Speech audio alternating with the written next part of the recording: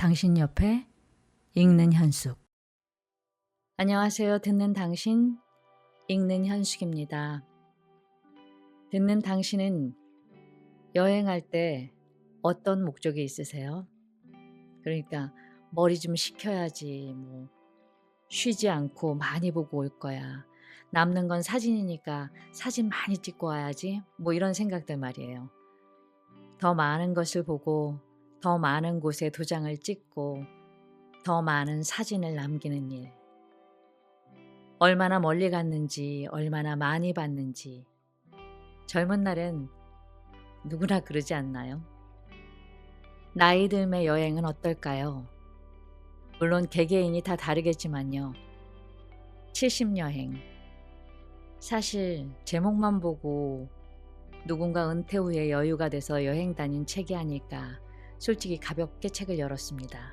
근데 읽고 난 뒤의 느낌은 정말 그 안에 있는 사진 하나하나, 작가님이 고민해서 선택하신 단어 하나하나가 정말 깊이 있게 느껴졌습니다. 세상을 보러 떠났지만 결국 마주한 것은 자기 자신이었다는 저자의 메시지가 정말 꽉 차게 느껴졌습니다. 책은 풍경, 사람, 사물, 공간 4개의 장으로 나뉘지만 모든 이야기는 그 끝에서 인생으로 돌아옵니다. 소개글에 이런 말이 있었어요. 70. 누군가는 이미 지나온 시간이고 누군가는 아직 도착하지 않은 시간이다. 그러나 모두가 그곳을 향해 걷고 있다. 지금 듣는 당신도 나이가 다 다르겠지만 30이던 60세가 됐던 누구나 해당되는 말인 것 같아요. 젊은 날의 여행이 채우는 일이었다면 70의 여행은 비워내는 일이다. 더 많이 보려는 것이 아니라 더 깊이 보려는 것.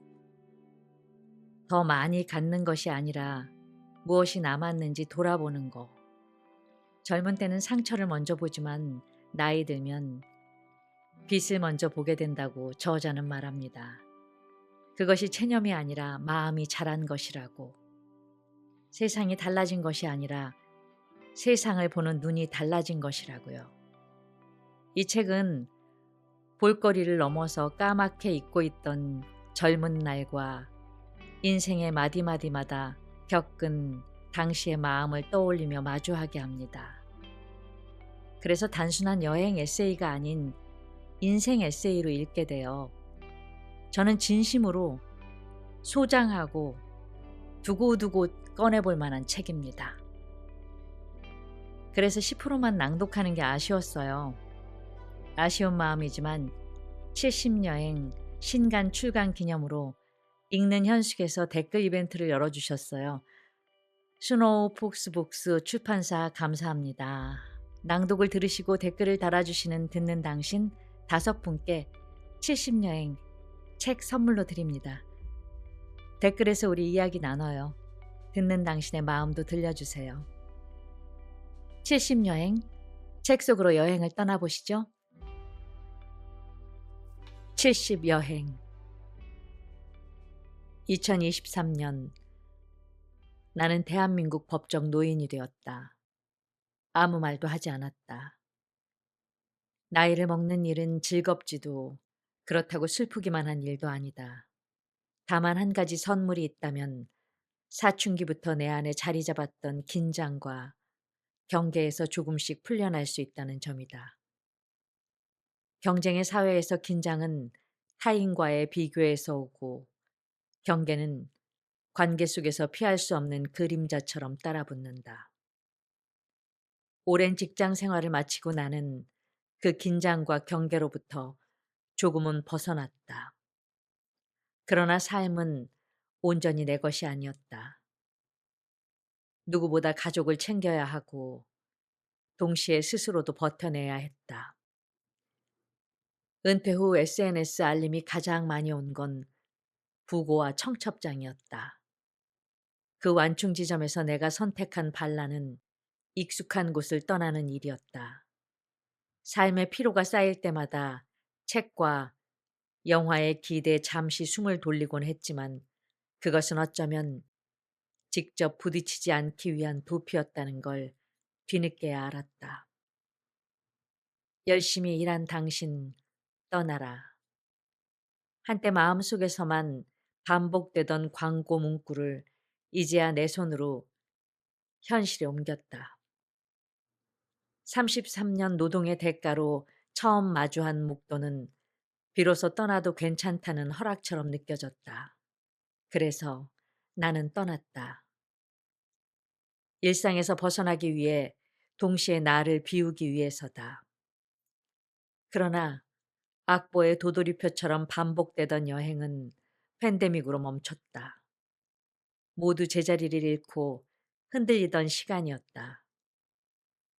그 침묵의 시기 동안 우리는 깨달았다. 일상으로 돌아갈 수 있는 것이 가장 큰 선물이라는 것을.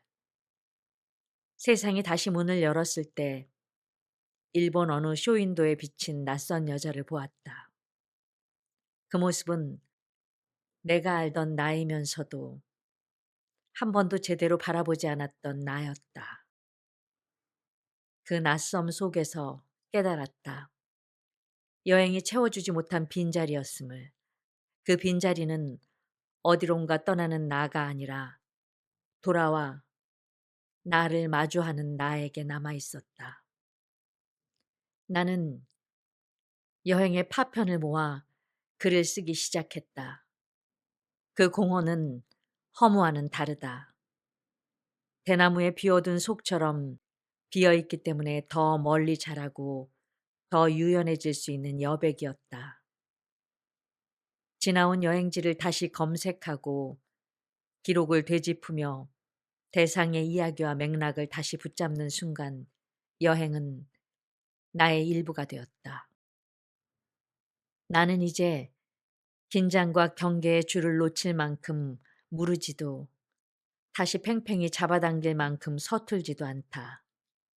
세상의 바람과 고통을 비껴가지 않고도 버틸 수 있는 나이가 되었다. 조금 뻔뻔해지고 조금 포기하고 조금은 더 단단해진 나이. 그리고 그 모든 과정의 이름을 나는 이렇게 부른다. 여행을 통해 나를 배우는 시간. 멈춤과 비움으로 다시 삶을 채워나가는 시간. 이제 나는 떠날 수도 있고 머물 수도 있다. 그것을 스스로 선택할 수 있는 나이가 되었다.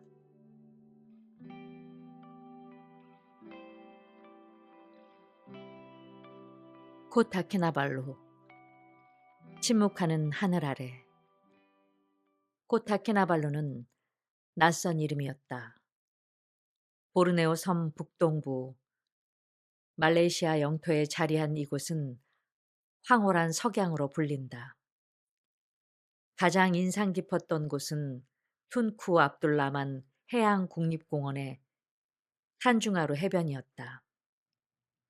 그날 바다와 하늘은 경계를 잃고 붉게 하나가 되었다. 흰 구름이 간간히 걸린 하늘과 수평선은 불투명해지고 바다와 하늘은 마치 한 장의 캔버스 위에 붉은 물감을 흩뿌려 놓은 듯 물들어 있었다. 태양은 바다 위에서 천천히 불타오르다 녹아내리듯 사라졌다. 그 순간 나는 전율을 느꼈다. 단순한 감탄이 아니었다. 괴테가 말한 것처럼 두려움과 경외, 경이감이 한꺼번에 밀려왔다. 그날 나는 관광객이 아니라 우주 속 티끌 같은 나를 겸허히 받아들이는 여행자였다. 오래 쌓아두었던 교만이 사라지고 내 안에서 깊은 고요가 찾아왔다. 얼마나 시간이 흘렀을까 남편이 나를 부르는 소리에 돌아보니 가이드가 일행을 찾고 있었다. 마법 같은 시간이 끝나는 순간 남편이 다가와 어깨를 감싸주면 좋으련만 그 마음을 눈치챈 듯 가이드는 우리 부부의 사진을 찍어주었다. 그 짧은 찰나 오래 묵은 감정이 스르르 풀렸다. 연애 시절로 돌아간 듯 웃음이 번졌다. 남편은 지인의 소개로 만났다. 나이차가 있었지만 고향이 같았고 첫인상도 좋았다. 객지에서 직장 생활을 하던 그는 결혼 후 내 직장 근처에 집을 얻었다. 신혼살림에 그가 들고 온 것은 통기타와 고급 영어 카세트 테이프 세트였다. 기타는 우리에게 낭만이었고 카세트는 그의 자부심이었다. 몇 번의 이사 끝에도 버리지 못한 그것들은 먼지를 뒤집어 쓰고 여전히 우리 집 구석에 남아있다. 우리의 결혼 생활을 지켜본 산 증인 같은 존재라 차마 버릴 수가 없었다. 세월이 흐르면 빛나는 건 새 물건이 아니라 버리지 못한 마음이다. 해변을 빠져나올 때 붉은 태양은 마치 녹아내리는 듯 천천히 사라졌다. 젊은 날 불타오르던 열정도 세월에 따라 조금씩 사라졌음을 느꼈다. 남편이 먼지를 털고 다시 기타줄을 매는 그날이 올까? 그날이 오면 좋겠다. 영화 비포 미드나잇의 한 장면이 떠올랐다. 40대가 된 셀린과 제시는 격렬히 다투다 제시가 이렇게 말한다. 이봐, 내가 그 남자였어. 기차에서 말을 걸던 그 남자. 지금 마음에 들지 않아도 어쩔 수 없어. 이게 우리가 만든 현실이거든. 그 말에 셀리는 대꾸하지 못한다. 그 말을 굳이 듣지 못해도 괜찮다. 우리가 함께 만든 시간이 이미 대답이니까. 세 편의 비포 시리즈 중 마지막 편인 이 영화에서 두 사람은 더 이상 꿈꾸는 연인이 아니라 현실을 함께 살아가는 부부로 그려진다. 우리 부부도 그 끝없는 줄다리기의 끝자락에 서 있다는 것을 실감한다. 언젠가 남편도 이렇게 말해준다면 얼마나 좋을까. 내가 그때 그 남자였어. 헤어지던 골목길에서 네가 내 품에 안겼잖아. 그때 내가 영원히 책임지겠다고 했던 그 남자. 코타키나발루에서 느꼈던 자연의 전율과 그날의 감정은 오래도록 내 기억 속에 남아있다. 나중에 나이가 더 들고 기력이 쇠해도 그날의 기억을 하나씩 꺼내 다시 음미하고 싶다. 바쁘고 서두르는 시간 속에서도 가끔은 멈춰서서 저녁 노을을 바라봐야겠다. 그 기억이 내 삶을 다시 일으켜 세워줄 테니까. 그리고 언젠가 낡은 기타에서 다시 한 줄 소리가 날 때 그 순간까지 우리가 함께 살아냈다는 사실이 내 가장 조용한 기쁨이 될 것이다. 언젠가 남편이 먼지를 털고 기타줄을 다시 매는 날이 오기를 바란다. 흰머리가 늘어난 지금은 어렵겠지만 그 청년의 모습은 여전히 내 마음속에 살아있다. 사람은 사랑을 잊지 않는다. 다만 오래 묻어 놓았다가 노을 앞에서 조용히 다시 꺼낼 뿐이다.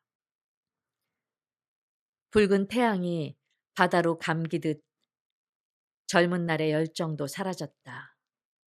그러나 그날의 노을은 내게 속삭였다. 오늘을 붙잡아라. 사랑도 화해도 미루지 말아라. 이 순간이 지나면 다시 돌아오지 않는다. 삶에서 가장 소중한 것은 대단한 성공이 아니라 그 순간에 온전히 머무르는 일이다.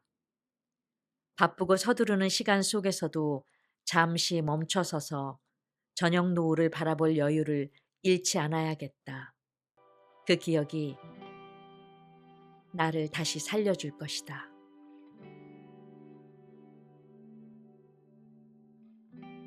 하얼슈타트, 시간이 멈춘 호숫가에서 33년 퇴직 후 내가 가장 하고 싶었던 일은 떠나는 일이었다.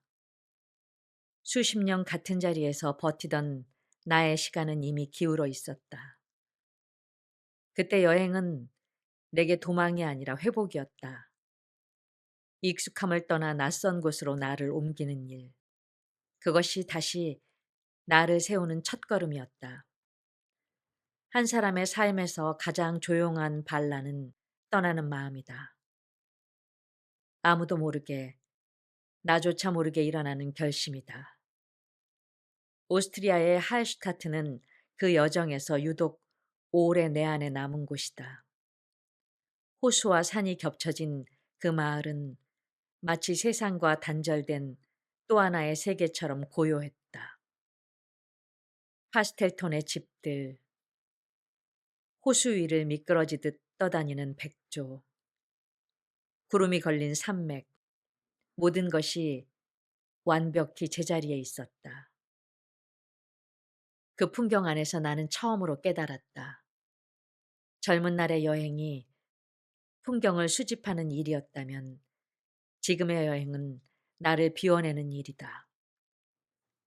시간이 나를 흘려보내는 줄 알았는데 실은 내가 시간을 흘려보내고 있었다는 깨달음 같다. 호텔 발코니 문을 열자 산과 호수가 한눈에 들어왔다. 햇살에 반짝이는 물결은 내 안의 피로를 씻어냈고 그 아래로 시간의 먼지가 가라앉는 듯 했다. 교회의 시계탑이 천천히 빛을 켜기 시작하자 마음속에 잔잔한 목소리가 울렸다. 너는 충분히 애썼다. 이제 조금 쉬어도 된다. 아마도 오래전 누군가의 따뜻한 손에서 시작된 말. 잊고 살아온 위로가 다시 나를 찾아왔다. 대학을 졸업하자마자 고향을 떠났다. 낯선 도시의 차가운 교무실, 낡은 철제 책상 하나가 내 자리를 대신했다. 그날 창밖의 운동장은 텅 비어 있었고 매서운 겨울바람이 교실 안을 가득 채웠다. 그때부터 나는 오랜 시간 정해진 삶을 살았다. 규칙과 책임이 나를 움직였고 누군가의 기대가 나를 붙잡았다. 그러나 그때의 나는 내 인생이 어디로 흘러가는지도 몰랐다. 돌이켜보면 그 시절에 나는 늘 어른인 척했지만 사실은 길을 잃지 않으려 안간힘을 쓰던 여인이었다. 할슈타트의 시간은 달랐다. 그곳의 시간은 시계의 시간이 아니라 영혼의 시간이었다. 크로노스의 시간 속에서 살아온 나에게 카이로스의 시간이 처음으로 찾아왔다. 누구의 일정도 계획도 의무도 없는 시간. 그 시간 안에서 나는 비로소 살아있음을 느꼈다. 멈춘다는 것은 낭비가 아니라 회복이었다. 아무것도 하지 않는 순간이 가장 깊숙이 숨쉬는 순간이었다. 밤이 내려앉을 무렵 호수 위에 고요가 스며들었다. 그 고요는 오래전에 잊었던 기억 하나를 꺼내주었다. 대학 시절 나를 찾아왔던 친구였다. 덥수룩한 머리, LP판 한 장을 들고 서 있던 수줍은 청년. 그와 함께 걸었던 제주 바닷가의 겨울 노을이 다시 떠올랐다. 열정은 영원하지 않지만 진심은 오래 남는다. 세월은 흘러 다시 그를 만난다면 어떤 기분일까? 아마도 나는 그의 달라진 모습보다 내 늙은 얼굴을 보고 실망하지 않기를 먼저 바랄 것 같다. 그날의 우리는 서툴고 가난했지만 마음만은 참으로 뜨거웠다. 그 뜨거움이 지금도 내 가슴 한편을 따뜻하게 지핀다. 그래서 나는 할슈타트에 다시 가지 않으려 한다. 첫사랑처럼 무척이나 젊은 아름다운 그날의 떨림을 그대로 간직하고 싶다. 기억은 변하지 않아야 아름답다. 세월이 흘러도 내 안의 할슈타트는 여전히 빛난다. 그날의 후수, 그날의 빛, 내 마음을 감싸던 시계탑의 불빛. 그 모든 풍경은 내 안의 시간이 되어 지금도 조용히 살아있다. 돌아가지 않아도 다시 만날 수 있는 곳이 있다. 마음이 기억하는 장소는 시간의 밖에 있다. 이제 나는 안다. 여행은 세상을 보는 일이 아니라 세상 속에서 나를 다시 만나는 일이라는 것을. 그리하여 나는 오늘도 풍경의 안과 밖을 서성거린다. 그 경계 위에서 비로소 살아있음을 배운다. 그리고 아주 가끔 이유 없이 눈가가 젖는다. 잊지 않고 살아온 시간들이 나를 안아주는 순간들이 있어서 그렇다.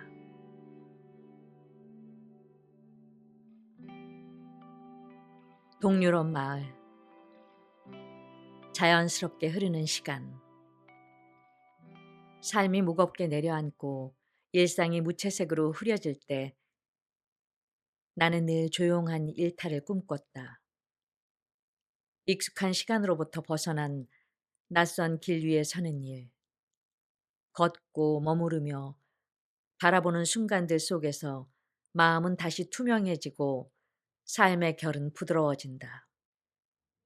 서유럽과 북유럽을 패키지로 둘러본 적도 있었지만 일정에 따라 움직이는 여행에서는 온전히 숨 쉴 틈이 부족했다. 반면 동유럽 여행은 자유로웠다. 스스로 길을 찾고 발길이 닿는 곳을 멈춰보는 그 시간 속에서 피로는 풀리고 마음은 차분히 가라앉았다. 모든 장면과 만남이 나만의 속도로 스며들었다. 천천히 움직이니 비로소 내가 보였다. 서둘렀을 때는 놓쳤던 내 마음이 따라왔다. 동유럽의 여러 도시 가운데 특히 할슈타트, 프라하, 특히 체스키 크롬로프는 아직도 마음 안에서 빛난다. 체스키 크롬로프는 큰 기대 없이 들렀던 곳이었다. 그러나 성에서 내려다본 마을의 모습, 작고 구불구불한 골목길에 이어진 소담한 가게들은 동화 속 세계 같았다. 화려한 간판이나 자극적인 광고가 없는 곳, 있는 그대로의 모습으로 여행자의 마음을 끌어당기는 풍경이었다. 과장되지 않아 더 깊었다. 조용히 다가오는 진심 앞에서 마음이 느리게 열렸다. 작은 가게들은 물건을 과장해 팔지 않았다. 진열된 소품들은 홍보가 아니라 삶의 흔적처럼 놓여 있었다.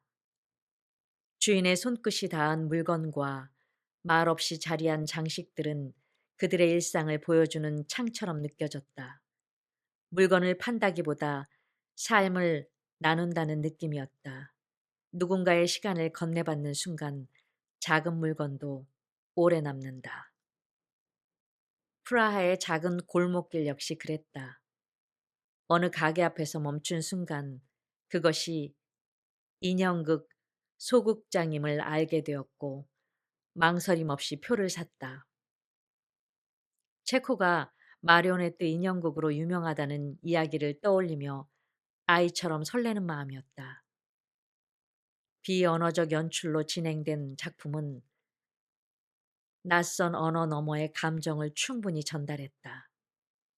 그날의 돈 조반니는 내 여행 중 가장 조용하고 깊은 순간으로 남았다. 말이 없어도 알 수 있는 마음이 있다. 그날의 무대는 내 안의 오래된 문을 가만히 열어주었다. 체코는 한때 제국의 수도였지만 전쟁과 지배의 시간을 거친 나라다. 그 역사 속에서 인형극은 민중의 저항과 풍자를 담아왔고 지금은 세계 문화유산으로 이어진다. 한 나라의 아픔과 정신이 예술 속에서 견고해지는 장면을 마주한 셈이다. 고통을 품고도 아름다움으로 건너간 마음들. 그들의 시간이 내 안으로 천천히 스며들었다. 프라하에서의 이틀, 체스키 크롬노프에서의 하루를 보낸 뒤 우리는 할슈타트로 향했다. 최근 이 작은 마을의 주민들이 지나친 관광 열기로 피곤함을 호소한다는 소식을 들었지만 여행자로 머문 그 하루는 여전히 소중하다. 호수는 깊은 숨을 고르듯 고요했고 백조가 물 위를 미끄러지듯 지나갔으며 집집마다 놓인 화분과 작은 간판들은 정성스러운 손길이 만든 작은 예술 작품이었다.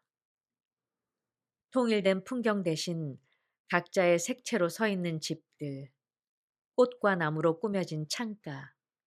그곳은 누군가가 애정을 담아 살아낸 자리였다.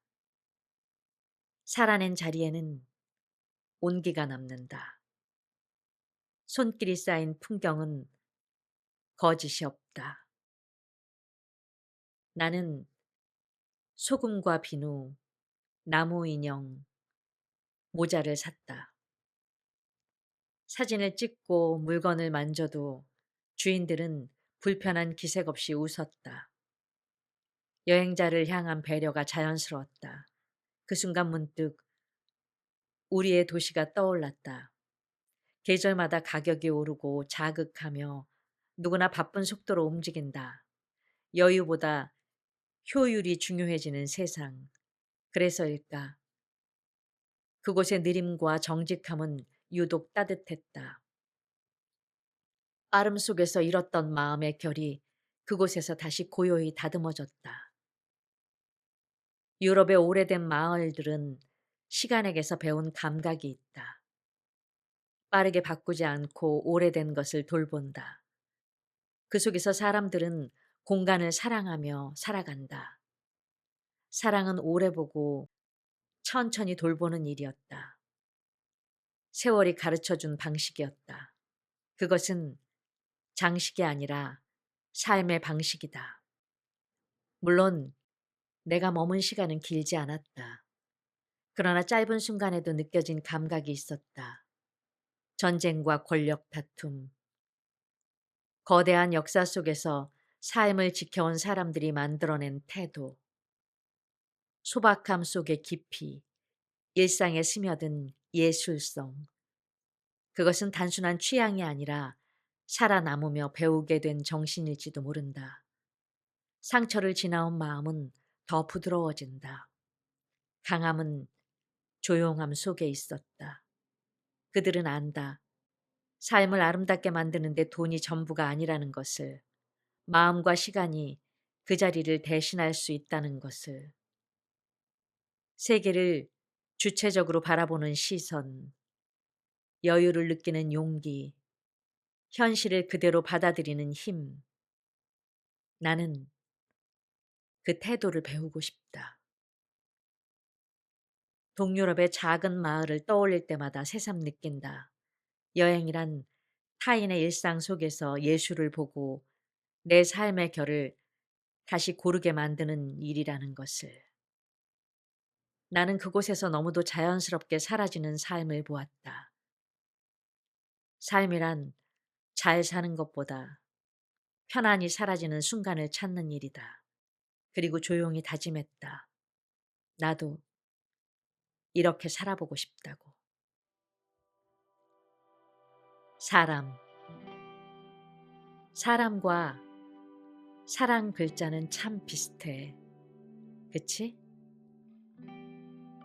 다른 건 사람의 받침은 네모, 사랑의 받침은 동그라미지. 아마도 사람은 처음에 모두 모난 존재일 거야. 자기만의 생각, 신념, 판단, 옳고 그름의 틀로 세상을 재단하고 사람을 가르는 그 네모진 마음이 세상을 버티게도 하지만 때로는 누군가를 베어 다치게도 하지. 다행히 세월이 그 네모를 조금씩 깎아주니 얼마나 다행인지 몰라. 부딪히고 부서지고 부드러워지며 모서리는 둥글게 달아가니까. 오랜 세월이 지나 나로 인해 상처받았을 이들의 마음을 비로소 헤아리게 될 때 그제야 사람은 사랑이 되는 것이 아닐까 생각해 본다. 친구가 보낸 글.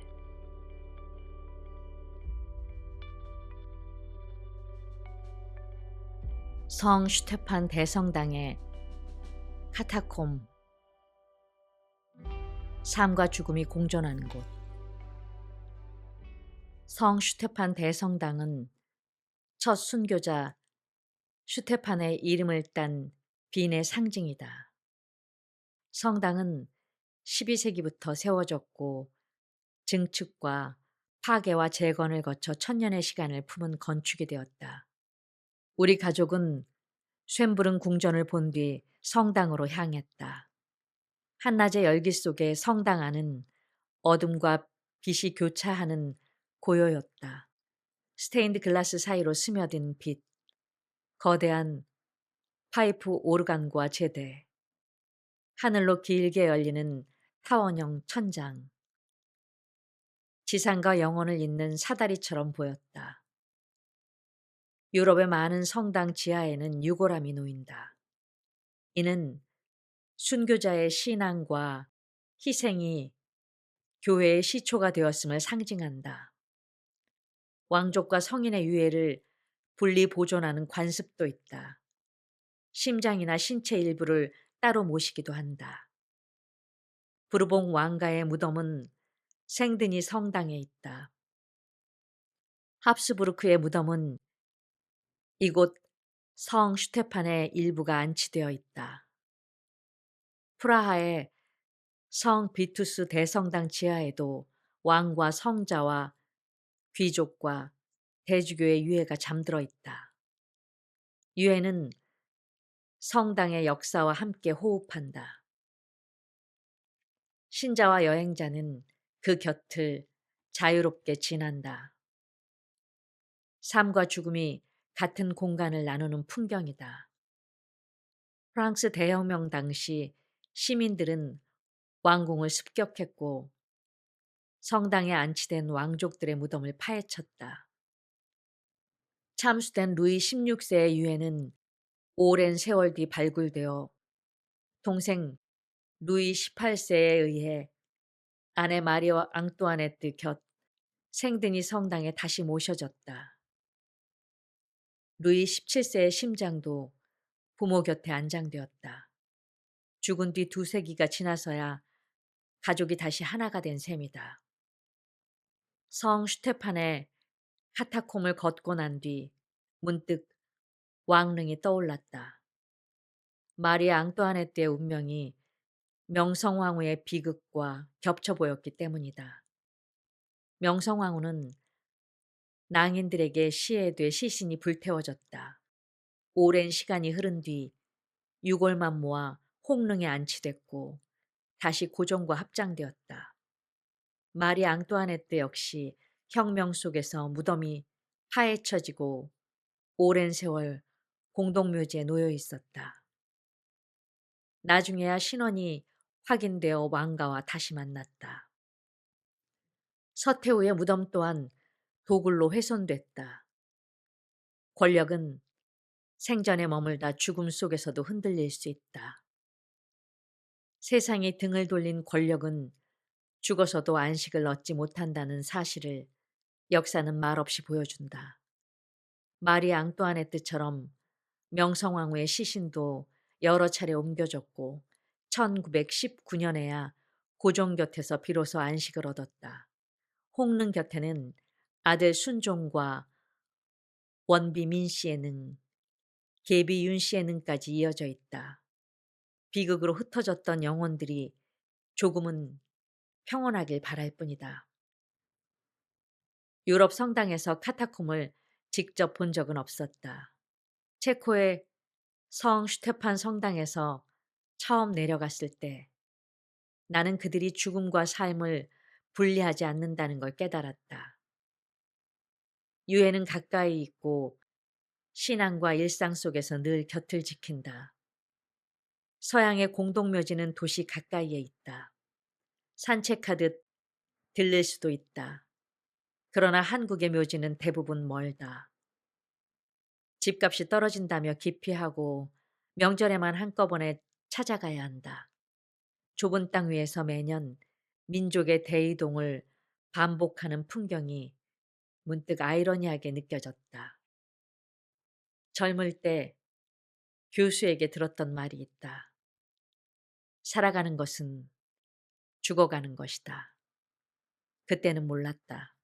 지금은 안다. 시간은 늘 우리 뒤에서 걸어온다. 아버지는 지병으로 오래 고생하시다 떠나셨다. 나는 그 마지막 자리에 없었다. 객지에서 살며 급했고 늘 늦었다. 어느 날 어머니께 조심스레 물었다. 아버지 마지막 말이 무엇이었냐고. 잠시 멈춘 뒤 어머니가 말했다. 딸기가 먹고 싶다고 하시더라. 순간 말문이 막혔다. 사랑한다는 말 한마디도 없이 떠난 아버지의 마지막이 서운했지만 그 말을 꺼낼 수가 없었다. 기대어 울어본 적도 없이 자란 딸에게 그런 서운함을 말할 자격이 있을까 싶어서. 얼마 전 어머니는 오래 품어온 일을 마쳤다. 아버지 묘를 옮겨 국립묘지에 모셨다. 배우자 자리도 함께 마련되었다. 어머니는 이제 한 짐 내려놓았다고 하셨다. 평생을 그렇게 사셨다. 누가 부탁하지 않아도 짐을 짊어지고 누구에게도 무겁다 말하지 않고 조용히 자신의 길을 걸었다. 나는 그런 어머니를 닮은 삶을 살아왔을까? 문득 성당 납골당을 찾아보고 싶어졌다. 하나님 곁의 자리보다 자식들 마음이 덜 무거운 자리가 좋다. 먼 길을 오가야 하는 무덤 대신 가까운 곳에 잠들고 싶다. 언젠가 한 연극 배우가 밝은 얼굴로 말했다. 이제 내 자리를 마련했으니 여한이 없어요. 라고. 마르가레타 막누소는 데스클리닝을 삶의 마지막 정돈이라 했다. 남기기보다 덜어내는 것. 무언가를 쌓는 시간이 끝나면 이제는 놓아주는 시간이 온다. 70은 그 마음을 받아들일 수 있는 나이다. 무겁게 머물기보다 가볍게 떠날 준비를 하는 나이. 죽음은 결국 우리 모두에게 공평하다. 권력도 명성도 그 앞에서는 의미를 잃는다. 에피쿠로스의 말처럼 살아있는 동안 죽음은 우리 곁에 없고 죽음이 올 때 우리는 이미 이곳에 없다. 그래서 그 끝은 두려움이 아니라 수긍에 가까운 것인지도 모른다. 죽음을 떠올릴수록 지금이 더 소중해진다.